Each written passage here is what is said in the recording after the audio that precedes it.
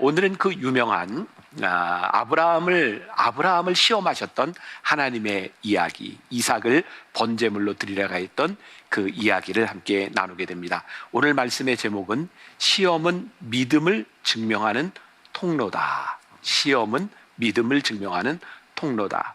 목사님께서 창세기 22장 다 읽지는 않았지만 몇 가지 부분을 읽어주셨어요. 여러분들은 이 말씀을 잘 이해하기 위해서 여러분들 말씀을 전체적으로 보면 훨씬 더 좋을 것 같습니다. 제가 말씀을 시작하면서 이런 주제어를 하나 던지고 싶습니다. 문제가 없는 것도 문제다.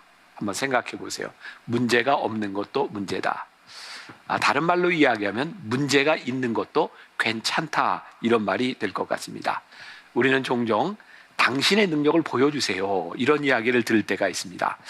세상도 우리들에게 능력을 보여달라 이렇게 이야기하기도 하지만 하나님께서도 종종 너희의 신앙이 어떠하냐, 너희의 믿음이 어떠하냐, 너희의 믿음을 나에게 보여줘라, 이렇게 말씀하실 때가 있는 것 같습니다. 증명하는 것은 그렇게 쉬운 일이 아닙니다. 그런데 그것을 증명하라고 할 때에는 분명 이유가 있지 않겠습니까?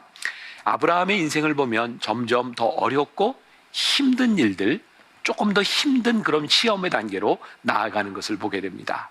아마 오늘 이제 마지막 말씀 하나를 남겨놓고 있는데, 오늘 여기에 아브라함이 처한 이 시험이야말로 그의 인생의 가장 힘든 시험이 아니었을까? 그런데 중요한 사실을 하나 우리가 발견하게 되죠. 아브라함이 겪고 있는 이 어려운 시험의 배후에 누가 있어요? 하나님이 계시다는 거예요. 이 시험을 겪게 하시는 그 배후에 하나님이 계시다면 이 시험을 통해 하나님의 뜻이 분명하지 않겠습니까? 또 이 시험은 굉장히 어려운 시험인데, 아브라함이 아무것도 없는 상황에서 쫄딱 망한 상태에서 이 시험을 주고 있는 것이 아니라 이제 아브라함이 살만했을 때, 야, 이게 진짜 하나님의 축복이구나 라고 생각할 그 무렵에 하나님께서 어려운 시험을 주셨다는 거예요. 자, 우리가 이제 말씀을 들으면서 우리들에게 굉장히 중요한 말씀을 듣는 태도가 있죠. 이 말씀을 우리들의 삶에 대입해 보는 거예요. 나에게 이 말씀은 어떤 말씀인가? 그러면 혹시 여러분들 가운데는, 제가 어제까지는 시험에 대한 이야기를 많이 했지만 여러분들 가운데 나는 하나님의 축복을 많이 받았어 라고 생각하는 사람이 있다면, 이 축복을 누리고 있는 이 상황 가운데서 우리들에게 닥치게 될 시험도 생각해 보는 것이 옳지 않을까. 자, 우리 교인들을 요즘 참 힘들게 하는, 지난 몇 년 동안 한국 교계에 있었던 많은 목회자들의 일탈, 탈선, 타락에 대한 이야기들이 있었어요. 여러분들 가만히 생각해 보세요. 우리가 기억하고 있는 그 목사님들의 일탈, 목사님들의 타락이라고 하는 것이 뭐가 전제되어 있죠? 그 목사님들이 이미 이룬 것이 많은 분들이었어요. 많은 사람들의 인정을 받았고 교회도 성장했고 많은 것들을 가지고 있는 분들이었어요. 아무것도 없는, 성공하지 못한, 소위 말해서 이룬 것이 없는 목회자들에게 타락, 일탈, 이런 말들은 별로 적용되지 않는 것 같습니다. 제가 오래전에 우리 청년들과 함께 저기 중국으로 단기 선교를 갔을 때예요. 그 당시에 초창기에 중국에 들어가면 코스가 일정했던 것 같아요. 이제 중국의 이제 연변 지역을 돌고 압록강, 두만강을 이렇게 돌면서 북한을 바라보고, 그리고 꼭 들렸던 것 중에 하나가 윤동주 생가를 들렸던 기억이 나요. 제가 청년들과 함께 윤동주 생가에 가서 저것을 보고 있는데 그냥 옆에서 청년들이 이야기하는 소리를 들었어요. 어떤 청년이 옆에 있는 청년에게 묻더라고요. 윤동주 시인이 왜 나라를 배신하지 않고 윤동주 시인이 왜 민족 시인으로 남아있는지 알아? 제가 그 이야기를 이렇게 그냥 듣고 있었어요. 그 물었던 친구가 이렇게 대답을 하더라고요. 윤동주 시인, 그가 그렇게 우리들에게 좋은 시인으로 남아있었던 이유, 일찍 죽어서 그래. 그러고 보니까 우리 기억 속에 남아있는 그 당시 그 구한말을 살았던 유명한 문학인들을 바라보면 대부분의 사람들이 민족 투쟁, 독립 투쟁을 했던 사람입니다. 그런데 결국 그들이 전향을 하게 되는 거죠. 그들이 결국은 친일을 하게 되는 거죠. 이유는 그들에게 소망이 보이지 않는다고 생각했기 때문에 그들은 결국 친일로 돌아섰던 사람들이에요.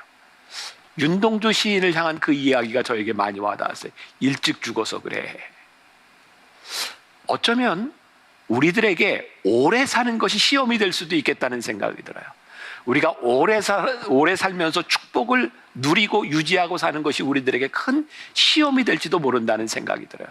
결국 우리들에게 주어진 신앙, 하나님께서 우리들에게 주신 이 축복, 이것을 우리들이 어떻게 끝까지 붙들고 가느냐라고 하는 것은 우리들의 신앙에 굉장히 큰 도전이 될지도 모른다는 생각이 듭니다. 자, 오늘 말씀 우리들이 22장 1절부터 읽었는데 22장 1절이 이렇게 시작하고 있습니다. 성경을 가지고 계신 분은 펴보시고, 그 일 후에. 자, 이 그 일 후에 어떤 일들이 있었던 후였을까요? 하나님께서 아브라함과 사라에게 큰 기쁨을 주셨어요. 그들의 헛웃음을 진정한 웃음으로 바꿔주셨어요. 정말 일들이 잘 풀려가는 그런 상황이었죠. 그런데 그들의 인생이 그렇게 녹록하지만은 않았던 것 같아요. 이삭을 선물로 주셨는데 보니까 21장에 나오는 이야기예요. 이스마엘을 낳고 13년이 흐른 후에 이삭을 아들로 주셨는데, 창세기 21장 9절을 한번 보세요. 사라가 본즉 아브라함의 아들 애굽 여인 하갈의 아들이 이삭을 놀리는지라. 여기도 참 흥미로워요. 사라가 본즉. 저는 이 말씀을 보면서 그렇게 해석을 해봤어요. 진짜 이스마엘이 이삭을 놀렸을까? 근데 여기 사라가 본즉, 어쩌면 진짜 놀렸다기보다는 사라의 마음속에, 사라의 눈에 그렇게 비쳤을지도 모른다는 생각이 들어요. 왜냐하면 이들에게는 상처가 있었잖아요. 그들이 믿음을 제대로 지키지 못하고 그들의 생각대로 아브라함에게 사라가 자기의 몸종 하갈을 들여서 아들을 낳았던 사건, 또 그것으로 인하여 하갈과 사라 사이에 어떤 그 경쟁, 시기심이 있었던 일들, 그런 어려운 일들을 인하여 하갈을 쫓아냈던 일들, 하나님이 다시 돌아오게 하셨던 일들, 그런 일들이 있었어요. 그러니까 어쩌면 이 사라의 마음 가운데도 그런 상처가 있지 않았을까. 자, 제가 여러분들에게 이런 말씀을 드릴 수 있을 것 같아요. 우리들이 하나님 앞에 불순종하며 살았던 삶의 결과, 하나님이 우리를 회복시켜 주시지만 그 회복에는 상처가 남아있다는 거예요. 그러니까 여러분들 꼭 기억하세요. 우리들이 살면서 얼마나 많은 실수를 하겠습니까? 얼마나 많은 잘못들이 있겠습니까? 하나님은 우리를 회복시켜 주십니다. 그러나 회복이 되었다고 과거가 다 사라지는 것은 아니에요. 그러니까 여러분들의 삶에도 불순종으로 살았던 그런 삶에 대한 상처가 얼마든지 남아있을 수 있어요. 그러니까 우리들이 상처를 상처로 알고 살아가는 것도 굉장히 중요하죠. 그런데요, 하나님께서는 이 사라의 상처조차도, 사라가 본즉 이스마엘이 자기 아들을 괴롭히는 것 같은 이런 상황에서도 이 모든 것들을 하나님이 다 돌보아 주셨어요. 이제 하나님은 이제 아브라함을 통해서 사라와 이스마엘을 따로 살게 하시고 그들을 충분히 살도록 해주시죠. 성경 얘기가 너무 어려우신가요? 성경을 좀 보시면 좋겠어요. 21장 20절과 21절에 보니까 하나님이 그 아이와 함께 계심에, 그 아이가 누구예요? 이스마엘입니다. 그가 장성하여 광야에서 거주하며 활 쏘는 자가 되었더니, 그가 바란 광야에 거주할 때 그의 어머니가 그를 위하여 애굽 땅에서 아내를 얻어 주었더라. 이스마엘이 잘 컸어요. 왜? 하나님이 지켜주셨어요. 그는 활 쏘는 자가 되었고 또 거기에서 아내를 얻어서 잘 살게 되었어요. 야, 그야말로 이제 아브라함의 가정에 평화가 왔어요. 이삭을 잘 키우면 되고 화의 근원이 될 수 있는 그 아들 또 하갈을 하나님이 잘 돌봐주셨어요. 그리고 오늘 우리가 읽지 않았지만 21장 32절과 34절에 보면 거기 아비멜렉과 군대장관 비골과 더불어 부엘세바에서 언약을 맺는 장면이 나와요. 부엘세바에서 무슨 언약? 이 당시 사는 사람들에게 우물은 굉장히 중요한 일이었어요. 이제 우물도 잘 가질 수 있고 평화가 왔고 평화협정을 맺고 모든 것이 다 해결되는 그런 순간, 평화의 순간, 그게 오늘 말씀이 그렇게 시작되는 거예요. 그 일 후에 이 모든 것이 잘 풀려가는, 아무 문제가 없이 모든 일이 잘 풀어진 그 일 후에 아브라함에게서 얼마 만에 찾아오는 평화의 시간이겠습니까? 이제 주변 환경도 안정되고 기업을 이어갈 아들 이삭도 무럭무럭 잘 자라고 있습니다. 자, 오늘 이 말씀을 듣는 여러분들 가운데 그래, 지금 내가 그래, 이런 상황에 있는 분도 있을지 모르겠어요. 그런데 하나님께서 이 안정된 아브라함의 보금자리를 다 흩어버리셨어요. 원하지 않았던 일들이죠. 예기치 않았던 일들이죠. 하나님이 그 보금자리를 흩어버리셨어요. 오늘 여러분들에게 먼저 이런 이야기를 드리고 싶어요. 하나님께서 때로 우리의 보금자리를 흩으실 때, 우리의 삶의 기반을 흔드실 때, 우리의 삶의 터전이 흔들릴 때, 그것이 우리들에게 주시는 축복일 수 있구나. 자, 오늘 그런 이야기예요. 그 일 후에 왜 하나님께서는 아브라함을 시험하셨을까요? 하나님께서 아브라함을 시험하신 이유, 오늘 본문 22장 16절에 이렇게 나와 있어요. 성경을 펴보세요. 이르시되 여호와께서 이르시기를 내가 나를 가리켜 맹세하노니 내가 이같이 행하여 내 아들 내 독자도 아끼지 아니하였은즉. 자, 이제 시험을 통과하는 과정이죠. 하나님이 지금 뭘 보고 계세요? 자, 네가 이 시험을 통해서 네 아들 내 독자 이삭을 아끼지 않는 것을 나에게 보여주었다. 자, 요 16절이 1절 말씀과 이렇게 연결이 되어져. 자, 1절 말씀 다시 봐요. 22장 1절. 그 일 후에 하나님이 아브라함을 시험하시려고 그를 부르시되 아브라함아 하시니 그가 이르되 내가 여기 있나이다. 왜 시험하셨는지 그 결과를 통해서 이야기해주고 있죠. 네가 네 아들 이삭을 너무너무 사랑해서 내가 너를 시험하는 거야. 하나님께서 아브라함에게 이삭을 선물로 주셨는데 그 아들 이삭을 하나님보다 더 아끼는 아브라함의 모습, 이건 네 신앙에 뭔가 잘못되어 갖고 있구나라고 하는 것을 이제 시험하고 계신 거죠. 선물로 주신 분보다, 선물을 주신 분보다 선물에 더 집착하여 본질을 잃어버리는 건 우리의 신앙의 위기입니다. 자, 이제 우리들의 신앙에 한번 대입해 보세요. 내가 내 자식을 놓고 하나님 앞에 그렇게 기도했는데 어느 날 보니까 하나님이 나에게 주신 자식을 하나님보다 더 사랑해. 이 말을 오해하면 안 되죠. 자식을 사랑하지 말라는 것이 아니에요. 우리가 어려울 때 하나님 앞에 그렇게 기도하며 물질의 축복을 간구했는데 내가 살만해지니 이 물질을 주신 하나님보다 물질이 더 귀하게 생각되는 그런 일들, 아마 우리들의 삶에 적용할 수 있는 것이 참 많이 있겠죠. 다른 말로 표현하면 이렇게 될 것 같아요. 하나님이 우리들에게 주신 축복으로 인하여 사명을 잃어버린 것. 제가 첫날 여러분들에게 그런 말씀을 드렸습니다. 이 말씀을 듣는 중에 이 말씀이 우리들의 마음에 부딪혀서 나를 아프게 할 수 있으면 좋겠다. 혹시 여러분들 가운데 하나님이 주신 축복으로 인하여 우리의 사명을 잃어버리고 있는 것은 아닌가? 또 이렇게 표현해도 될 것 같아요. 축복이 우리들의 삶의 사명에 걸림돌이 된 것은 아닌가? 그러고 보니 축복으로 인하여 넘어지는 사람이 얼마나 많이 있는지 몰라요. 하나님이 주신 축복으로 인하여 하나님을 잃어버리는 사람이 얼마나 많이 있는지 몰라요. 어떤 교회 성장학자가 이런 이야기를 하더라고요. 우리나라뿐만 아니라 전 세계 교회를 볼 때 50년 이상 연속적으로 성장하는 교회의 예를 거의 찾아볼 수 없다는 거예요. 거의.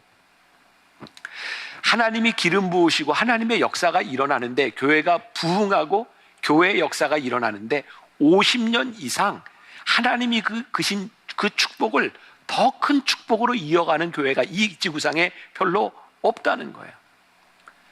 그러니까 하나님께서 우리들에게 시험을 주시고 우리들의 보금자리를 흩으실 때 우리들에게 정말 중요한 교훈이 하나 있는데, 이 흩으시는 보금자리를 흩으시는 것을 통하여 우리들의 삶을 다잡게 되는 거죠. 하나님 앞에 우리들이 다시 한번 건강하게 설 수 있는 기회를 우리들이 가지는 거예요. 그러니까 오늘 말씀을 듣는 여러분들에게 그런 고백이 있었으면 좋겠어요. 하나님께서 그래서 내 보금자리를 흩으시는구나. 이것이 나에게 큰 축복이구나. 난 고백이 우리들에게 있을 수 있다면 여러분들의 시험이, 여러분들에게는 어려움이 인생 역전이 될 수 있지 않겠습니까? 제 삶에도 참 이렇게 힘들고 어려운 시간들 가운데 해결되지 않는 문제가 있어요. 이제는 뭐 제가 많이 좋아지고 해결이 되고 정말 좋아졌지만, 저는 제가 첫 아이를 낳았을 때 우리 딸 아이가 많이 아팠거든요. 정말 제 아내하고 같이 응급실을 정말 많이 드나들고 늘 병원에 드나들면서 처음 태어났을 때는 살 수 있는 가능성도 별로 없었어요. 그때는 그렇게 기도했던 것 같아요. 살려주세요, 하나님. 그때 하나님이 살려주셨어요. 그런데 제 딸에게 장애가 왔어요. 32년 넘게 지금도 약을 먹고 살아가는 제 딸아이, 내 장애를 가진 자녀를 키워본 부모는 이 장애를 가진 자녀를 키우는 게 얼마나 힘든 일인지 알죠. 더구나 미국보다 한국 사회에서 장애를 가진 딸을 키운다고 하는 것이 결코 쉬운 일이 아니었어요. 특별히 학교에서 아이들에게 어려움을 당할 때, 또 아이가 아파서 약 부작용으로 이해할 수 없는 일들이 일어날 때, 몇 년 전에는 제가 딸아이의 약 부작용으로 해서 우리 딸아이가 이렇게 막 폭력성도 일어나고 막 자살 충동도 일어나고 그런 상황 가운데서 우리 딸아이를 붙잡고 씨름했던 그 제 몸에 상처가 많이 있어요. 우리 딸아이한테 맞고 딸아이한테 뜯겼던 그런 상처도 있어요. 하나님, 30년 넘게 이렇게 살아오는 과정 가운데서 하나님, 왜 이렇게 어려움이 저에게 끝나지 않나요?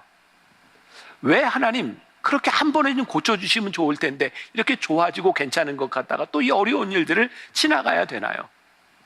근데 제 아내하고 둘이 한 번은 그런 이야기를 했어요. 물론 지금 제 딸이 장애를 가지고 있음에도 불구하고 시집가서 잘 살고 있어요. 근데 30여 년을 돌이켜보니까 우리 딸아이가 아프지 않았더라면 우리는 영적으로 쓰러질 기회가 참 많았겠다. 하나님께서 딸아이가 아플 때마다 간절히 기도하게 하시고, 그리고 하나님께 간절히 매달리게 하심으로 인하여 하나님이 우리를 붙들어 주신 은혜가 참 크구나. 그런데 해결되지 않는 문제가 있어요. 뭐냐면, 하나님, 저를 영적으로 세워주시고 저희의 가정을 영적으로 세워주신 건 참 감사한데 왜 우리 아이가 그렇게 아파야 했나요? 이건 제가 설명할 수 없는 부분이고 하나님은 나에게 그것을 설명해 주시지 않아요. 저희 딸아이가 이제 시집을 가서 저기 충남 보령에서 살고 있는데 요즘은 온라인으로 예배를 드리니까 채팅할 때가 많이 있어요. 제가 설교를 하기 전에 채팅하는 사람들의 글을 이렇게 보면 제 딸아이가 채팅 글에 가끔 이렇게 써놓는 글에 하나님 고쳐주세요. 하나님 저 많이 아파요. 더 이상 아프고 싶지 않아요. 하나님 저를 고쳐주세요. 저희 딸아이가 당하고 있는 그 어려움들과 고통과 여기서부터 헤어나고 싶은데 하나님은 여기까지 인도하여 주셨는데 그 기간들이 저에게 다 설명되지 않는 거예요. 그럼에도 불구하고 내 인생에 설명되지 않는 부분에서 내가 고백할 수 있는 것은 뭐냐면 하나님께서 이 어려움과 때로는 시험의 기간들을 통해서 하나님이 나를 여기까지 인도하셨다. 하나님이 나를 깨어있게 하셨다. 그래서 저도 이런 아픔이 있는 사람이니까 여러분들에게 말할 수 있을 것 같아요. 여러분들의 보금자리를 흩으시는 하나님의 시험이 올 때에 그것이 우리들에게 하나님께서 우리들에게 주시는 축복이 될 수 있다는 것을 생각해 보아라. 자, 시험을 보세요. 하나님을 이해하지 못하는 사람들, 오늘 이 시험이 어떤 시험이에요? 하나님께서 아브라함에게 네 아들 이삭을 제물로 드려라. 어떻게 이렇게 잔인할 수 있어요?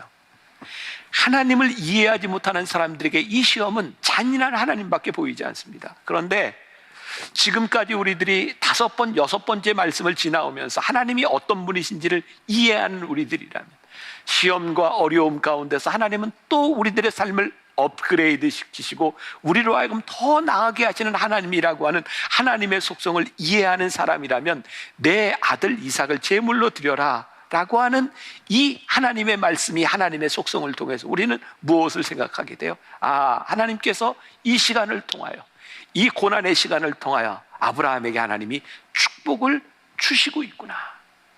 그러니까 하나님을 믿지 못하고 신뢰하지 못하는 사람이 우리의 시험을 바라보는 것과 하나님을 믿고 신뢰하는 사람이 이 시험을 바라보는 것은 완전히 다른 차원의 문제이겠죠. 자, 2절 말씀을 봅니다. 여호와께서 이르시되 내 아들 내 사랑하는 독자 이삭을 데리고 모리아 땅으로 가서 내가 네게 일러준 한 산 거기서 그를 번제로 드리라. 자, 여러분들 성경을 폈다면 여기에 주목해서 표시를 한번 해보세요. 여호와께서 이르시되 내 아들 내 사랑하는 독자 자, 이 말씀을 가만히 묵상해 보세요. 하나님 말씀에 뼈가 있어요. 가시가 있습니다. 하나님께서 아브라함에게 내 아들 내 사랑하는 내 독자 이삭 그를 데리고 모리아 땅으로 가라.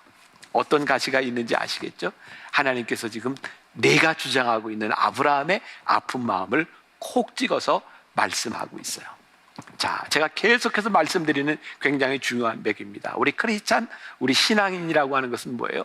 우리들에게 어떤 시험이 오느냐, 또 하나님을 믿는 사람이건 믿지 않는 사람이건 보편적인 시험이, 어려움이 우리들 가운데 올 때 크리스찬은 어떤 사람이냐, 어떤 반응을 보이느냐, 어떤 신앙의 반응을 보이느냐, 그게 크리스찬이라고 하는 말씀을 드렸어요. 이제 오늘 아브라함에게 중요한 것은 하나님께서 이 시험을 아브라함에게 주실 때 아브라함이 어떻게 반응하느냐는 것이죠. 여러분, 하나님께서 우리들에게서 걷어가시는 것은 꼭 나쁜 것만 걷어가시는 것이 아니라 축복을 축복으로 간직하지 못하는 것에 대한 경고로 우리들에게 걷어가실 때가 있어요. 여러분, 하나님이 우리를 경고하신다고 하는 것, 자, 어젠가 그제 제가 여러분들과 나눈 말씀 가운데서 그런 얘기했죠.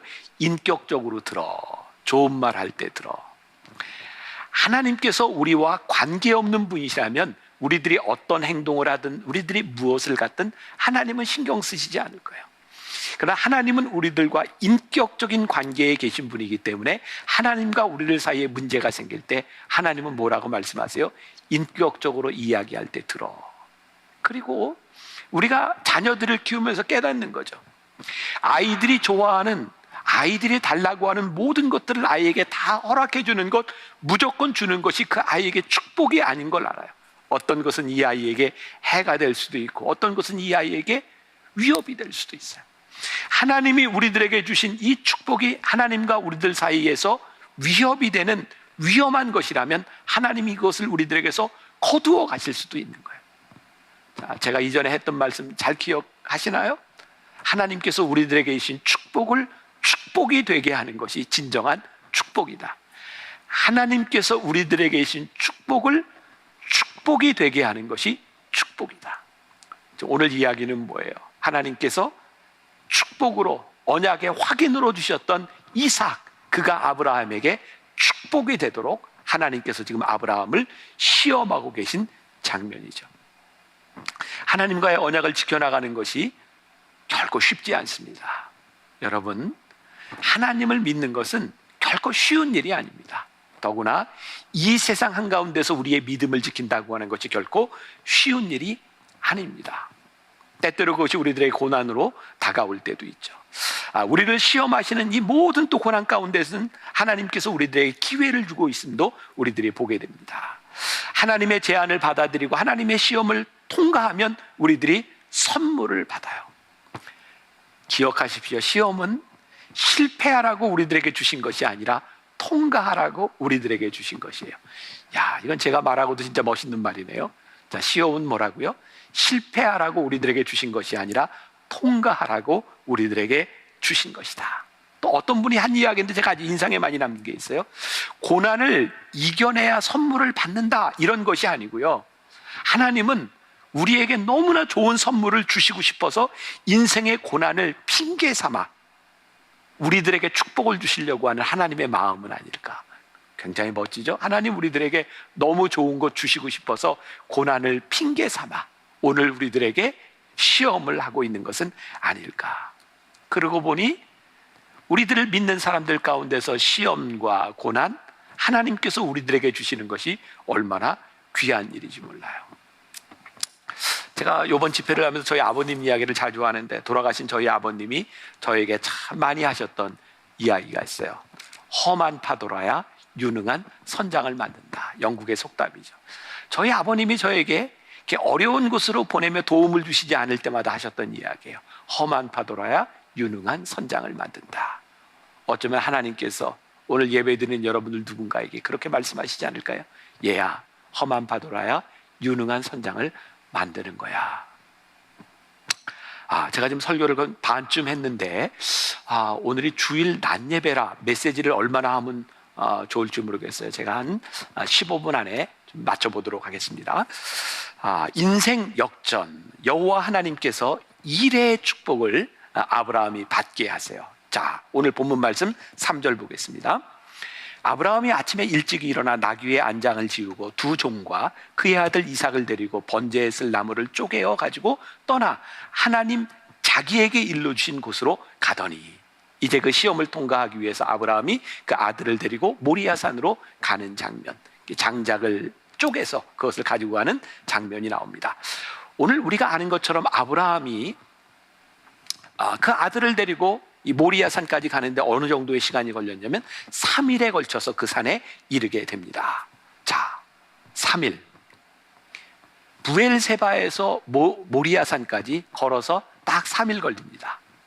우리들에게 또 이런 의문이 생길 수도 있어요. 아브라함은 진짜 대단한 사람이다. 그가 진짜 믿음이 좋은 사람인지 비정한 사람인지, 하나님께서 내 아들을 제물로 바치라 라고 하는 말에 딱 아들 데리고 부엘세바에서 모리아산까지 가는데 그냥 3일 걸리는 거리인데 별로 고민하지 않고 거기에 딱 갔어. 그러니까 아브라함의 고민의 흔적이 별로 없습니다. 이 부분이 우리들에게 참 힘들게 다가오는 부분이기도 해요. 하나님이 그렇게 시험하셨는데 이 어려운 시험 가운데서 아브라함은 얼마나 고민했는가. 성경은 성경으로 해석하는 게 참 좋죠. 이 부분에 대해서 히브리서 11장 19절, 자, 성경을 보세요. 히브리서 11장 19절에서 이렇게 말씀하고 있어요. 그가 하나님이 능히 이삭을 죽은 자 가운데서 다시 살리실 줄로 생각한지라 비유컨대 그를 죽은 자 가운데서 도로 받은 것이니라. 자, 아브라함이 이삭을 제물로 드리러 모리아산으로 가는 도중에 아브라함은 어떤 생각을 했다? 히브리서 기자가 이야기합니다. 살리실 줄로 생각한지라. 전 여기에서 아주 중요한 부분이 있다고 생각해요. 아브라함이 잠시 축복에 취해서 하나님보다 그의 자식을 사랑하는 것 같았지만 아브라함의 믿음에 뿌리가 있었구나. 하나님을 잃어버리지 않고 있었구나. 그래서 오늘 여러분들이 이 세상의 이 바쁜 일상 가운데서도 여러분들이 신년 말씀 집회에 참석해서 말씀을 듣는 것, 여러분들의 자녀들이 교회에 와서 말씀을 듣는 것이 그래서 중요하구나. 신앙의 뿌리가 있는 사람은요, 그 어려운 순간에 하나님을 기억하고 믿음이 흔들릴 수 있으나 믿음을 잃어버리지 않는 거예요. 적어도 아브라함이 이 시험 가운데서 그가 하나님께 대한 굳건한 믿음을 가지고 있었다는 거죠. 자, 본문 말씀 11절과 12절. 여호와의 사자가 하늘로부터 그를 불러 이르시되 아브라함아 아브라함아 하는지라. 아브라함이 이르되 내가 여기 있나이다 하매 사자가 이르시되 그 아이에게 내 손을 대지 말라. 그에게 아무 일도 하지 말라. 내가 내 아들 내 독자까지도 내게 아끼지 아니하였으니 내가 이제야 내가 하나님을 경외하는 줄로 아노라. 히브리서 말씀과 오늘 이 말씀을 결합해서 이렇게 묵상해 보았어요. 과연 아브라함이 믿는 믿음은 어떤 믿음이었을까? 히브리서 기자는 죽은 가운데서 다시 살리실 것을 믿었다. 그러니까 아브라함이 지금 하고 있는 행동은 하나님께서 우리들이 잘 아는 것처럼 아들을 쫙 죽이려고 할 때 급하게 아브라함아 아브라함아 이렇게 말리시는 그 장면을 예상하고 있었던 것이 아니라, 잘 들으세요. 적어도 제가 생각하는 말씀을 두 개 연결할 때 아브라함은 어떤 믿음이 있었냐면 그의 아들을 하나님이 살려주실 거야. 그러나 어떻게 살리실지는 몰라. 그래서 아브라함이 칼을 들고 아들을 죽이려고 했을 때 하나님이 나를 부르실 거야, 이런 생각을 하고 칼을 내리꽂은 것이 아니라 나는 하나님 말씀에 순종해. 나는 이 아들을 드려. 그러나 하나님이 살리실 거야. 그 방법은 아브라함이 예측할 수 있는 방법이 아니었어요. 그가 믿는 것은 뭐였어요? 하나님께서 살리실 거야. 하나님께서는 하나님의 약속대로 이루어 가실 거야. 그때 아브라함이 칼을 들었던 것은 어떤 체하는 그런 것이 아니라, 어떤 것을 예측한 것이 아니라 그는 하나님 앞에 순종하며 칼을 들었던 것이죠. 하나님의 행하시는 방법을 알았다고 하는 것이 아니라 단지 하나님의 신실하심을 믿었다. 저는 오늘 지금 전한 제 말씀 가운데 가장 중요한 부분이 여기에 있어요. 종종 우리들의 신앙에 오류가 있습니다. 우리들이 우리의 방법으로 하나님을 생각하는 거죠. 우리가 질병을 놓고 기도할 때 하나님 이런 방법으로 고쳐주셔야 됩니다. 우리들이 교회 문제, 자식의 문제를 놓고 기도할 때 하나님 이렇게 해주셔야 됩니다. 그것은 하나님의 신실하심을 믿는 것이 아니라 내 방법을 믿는 거겠죠. 오늘 아브라함이 우리들에게 굉장히 중요한 이 신앙의 진리를 하나 이야기하고 있는 거예요. 아브라함, 하나님이 살리실 줄 알았으나 그는 하나님을 믿을지 지금 이 방법을 신뢰하고 있는 것은 아니에요. 제가 한 가지 예를 들어볼까요? 제가 오래전에 교통사고를 한번 당한 적이 있어요. 신방을 가다가 이렇게 차가 탁 부딪혔는데 이 트럭이 차를 받아서 제가 이렇게 쾅 부딪히면서 목을 다쳤습니다. 병원에 입원을 해서 제가 일주일 동안 누워 있으면서, 여러분 그 트랙션이라 그러죠. 줄을 달고 이렇게 누워 있었어요. 목 디스크가 와서. 그리고 퇴원을 하는데 의사 선생님이 저에게 이렇게 이야기를 하더라고요. 무리하면 안 됩니다. 쉬세요. 그날이 금요일 저녁이었는데 제가 이렇게 목에 보호대를 하고 허리에 보호대를 하고 예배 시간에 참석해서 이렇게 예배를 드리고 있었어요. 근데 저희는 그 당시에 금요일 예배를 드릴 때마다 이렇게 말씀을 마치고 나면 교인들이 함께 와서 강대상에서 기도를 하고, 그때는 제가 모든 교인들을 이렇게 안수기도 할 때였어요. 제가 보호대를 하고 밑에서 이렇게 앉아서 있는데 교인들이 강대상에 올라와 있는데 하나님께서 저에게 그런 마음을 주시는 거예요. 안수를 해야 되겠다. 여러분들에게 물어봅시다. 의사는 조심하라고 했는데, 무리하지 말라고 했는데 하나님께서 안수하라고 하는 마음을 주실 때는 해야 되겠습니까? 안 해야 되겠습니까? 답이 분명하죠. 해야죠. 그러니까 제가 이렇게 목 보호대를 대고 목에 차고, 그리고 사람들에게 이렇게 안수를 했던 것 같아요. 잘 움직이지도 못하면서 안수를 했어요. 굉장히 아프고 힘들었어요. 근데 제 속에 어떤 마음이 드냐면, 집으로 돌아오는데 야, 내가 이 상태에서 하나님의 말씀에 순종해서 안수를 했으니 다음 주일날 예배를 드릴 때 교인들 앞에, 여러분 제가 하나님 말씀에 순종해서 안수했을 때 하나님께서 내 병을 고쳐줬습니다. 그리고 아멘 할렐루야 뭐 이런 생각이 드는 거예요. 근데 그날 저녁에 자려고 누웠는데 너무 아픈 거예요. 제가 속으로 이런 기도를 했어요. 하나님 왜 그러세요? 내가 하겠다 그런 것도 아니고 하나님 제 마음에 감동을 주셔서 제가 나가서 안수를 했는데, 그러면 우리가 생각하는 스토리가 있잖아요. 하나님 순종해서 안수했으니 제 병을 고쳐주셔야 되는 것 아닙니까? 잘 이해가 안 되는 거예요. 제 스스로가. 내가 하고 싶어서 한 것도 아니고 성령의 감동으로 한 일인데 내가 왜 아파야 되나. 그때 제가 뒤척뒤척 하고 있는데 하나님께서 저에게 그런 마음을 주신 거예요. 김 목사, 네가 아픈 가운데 그 아픔을 무릅쓰고 교인들에게 가서 안수해? 그거 귀하지. 근데 그것 때문에 네 병이나 이 세상에 그거 못할 사람 누가 있냐. 그러면서 하나님께서 저에게 주신 마음이 어떤 마음이면, 나는 네가 교인들을 위하여 힘들게 안수할 때, 그리고 네가 아픔을 당하는 그 아픔을 나는 그걸 귀하게 생각한다. 그때 제가 깨달은 게 있어요. 내가 교인들을 위하여 안수하면 나에게 주신 이 아픔이 나에게 정말 귀한 것이구나. 내 병이 낫는 것보다 더 귀한 것을 내가 얻고 있구나. 제가 아까 신앙의 오류라는 이야기를 했어요. 우리는 자꾸 신앙의 패턴을 만들어내요. 내가 이렇게 했으니 물질적인 축복을 받아야 돼. 내가 이렇게 했으니 내 몸이 나아야 돼. 근데 하나님은 우리의 패턴과 우리의 생각대로 일하시는 분이 아니라, 하나님은 우리가 생각할 수 없는 방식으로 일하시는 분임을 우리들이 깨달아 할 때, 하나님은 우리들에게 훨씬 더 많은 신실함으로 우리들에게 다가오시는 분이죠. 아브라함은 하나님을 믿었어요. 하나님은 하나님의 방법으로 역사하셨어요. 기억하십시오. 아브라함은 하나님을 믿었고 하나님은 하나님의 방법으로 역사하고 계세요. 여호와 이레의 축복이 그의 인생에 인생 역전을 가져왔어요. 자, 오늘 본문 13절과 14절, 아브라함이 눈을 들어 살펴본 즉 한 순양이 뒤에 있는데 뿌리 수풀에 걸렸는지라 아브라함이 가서 그 순양을 가져다가 아들을 대신하여 번제를 드렸더라. 아브라함이 그 땅 이름을 여호와 이레라 하였으므로 오늘날까지 사람들이 이르기를 여호와의 산에서 준비되리라 하더라. 여호와 이레. 또 오늘 말씀 가운데도 13절에 아브라함이 눈을 들어. 이 구절이 참 좋아요. 여러분, 우리가 계속해서 이 말씀을 나누면서 나왔던 이야기죠. 눈을 들어. 하나님께서 눈을 들어 사방을 바라보고, 눈을 들어 저 하늘의 별을 보고, 오늘 아브라함이 눈을 들어 보았을 때 순양을 예비하신 것을 보게 돼요.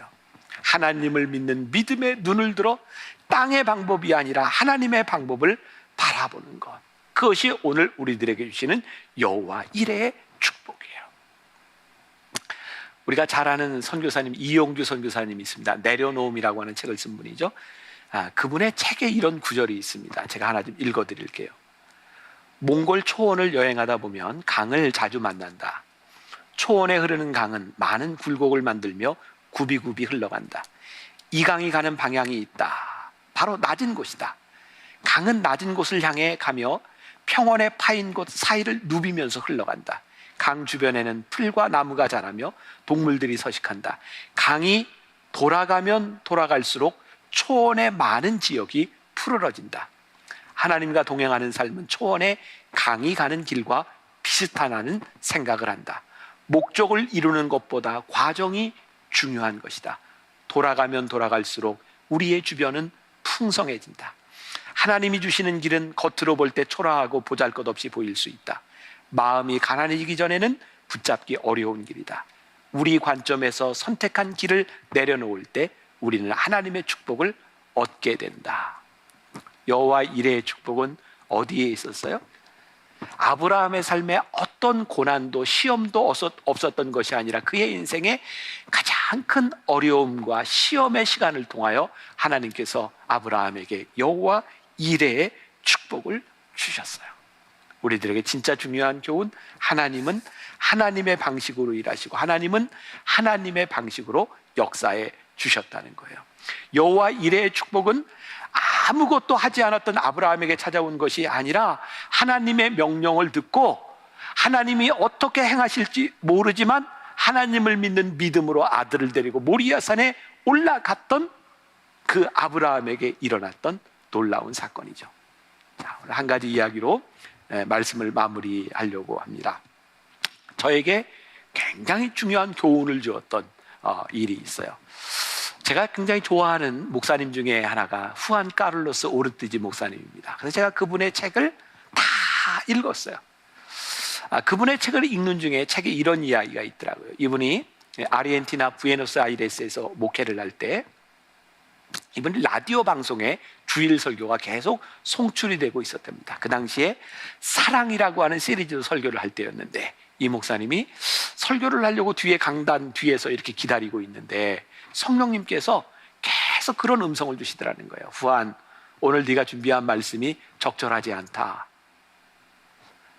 그때 후안 카를로스 오르티지 목사님은 그렇게 성령님께 이야기했어요. 성령님, 오늘 이거 제가 준비한 거고요. 이 사람들이 이 말씀을 들으려고 왔고요. 이 말씀이 오늘 라디오 방송으로 송출되고 있습니다. 생방송으로.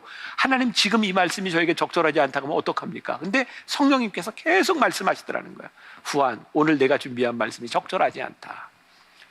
그래서 참 힘겹게 순종하기로 마음의 결심을 했답니다. 그리고 강대상에 나와서 교인들에게 이렇게 딱 한마디를 했대요. 여러분, 오늘 말씀은 서로 사랑하라입니다. 그리고 다시 돌아가서 앉았대요.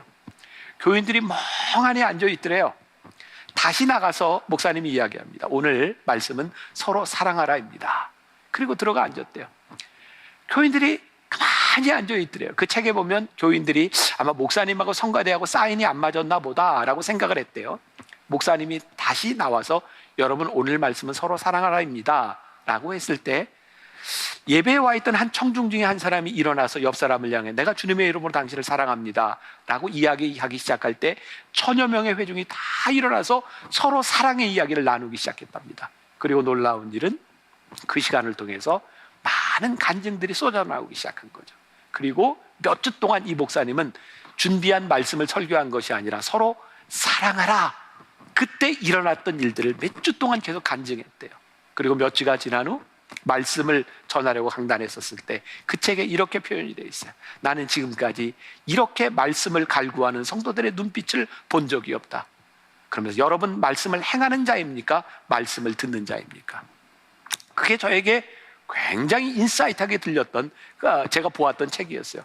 바로 이 책을 읽은 지 얼마 되지 않았을 때 제가 저기 포항에 있는 한동대학에 집회를 인도하러 갔을 때였어요. 주말에 집회를 인도하고 주일날 체프를 인도하는데 학생들이 몇 번 예배를 드려야 되니까 제가 원고를 다 준비해서 시간에 맞춰서 준비해가지고 갔는데 저에게 동일한 일이 일어난 거예요. 말씀을 전할 시간이 됐는데 제 안에서 계속 그런 음성이 들리고 내가 준비한 말씀이 이 학생들에게 적절하지 않다. 굉장히 당황이 됐어요. 왜 하나님이 그런 음성을 주시는지 그때 제가 후안 카를로스 오르티지 목사님이 생각이 났어요. 그래서 제가 순종하겠습니다. 제가 소개를 받고 나왔을 때 제가 준비했던 원고를 여기다 딱 놓고 마이크를 잡고 옆에 나와서 그냥 말씀을 전하기 시작했어요. 저도 설교를 참 많이 하는 사람인데 그때 처음으로 제가 그렇게 강력한 느낌을 받았던 것 같아요. 아, 하나님이 역사하시는구나. 그리고 제가 깨닫게 된 게 있어요. 하나님은 내가 준비한 것으로 일하시는 분이 아니라 하나님의 뜻대로 나를 쓰시는 분이시구나. 그때부터 저에게 하나의 습관이 생겼어요. 외부 집회를 나가거나 어디 가서 설교를 할 때 저는 성실하게 말씀을 잘 준비해 가는 스타일입니다. 그래서 늘 이렇게 기도해요. 하나님, 제가 오늘 말씀을 준비하지만 오늘 이 성도들에게 적절한 말씀이 선포될 수 있도록 저를 사용하여 주십시오. 중요한 말을 여러분들에게 한마디 합니다. 만일 제가 철저하게 준비하지 않았더라면 저는 나의 준비로 일하시는 하나님이 일하시지 않는다, 이것을 깨닫지 못했을 수도 있어요. 여러분들에게 중요한 말씀입니다. 여러분, 하나님께서 여러분들에게 말씀하실 때 여러분들이 신실함으로 적극적으로 여러분들의 삶을 사십시오. 그리고 이 일을 이루시는 하나님의 방법을 신뢰하십시오. 그때 우리는 하나님이 나의 방법으로 일하시는 것이 아니라 우리가 하나님을 신뢰할 때 하나님은 하나님의 방법으로 일하시는 분이십니다. 여호와 이레의 하나님을 우리들이 경험하게 될 것입니다. 어디에서? 여호와의 산에서. 여호와 이레의 축복은 하나님께서 명령하셨던 여호와의 산 모리아 산에서 이루어진 일이었어요. 오늘 여러분들이 시험의 시간을 지나가고 있다면 오늘 여호와의 산에서 여호와의 방법을 따라 여호와 이레의 축복으로 인생을 역전케 하시는 하나님의 역사를 경험하는 여러분들이 되시기를 주님의 이름으로 간절히 축원합니다.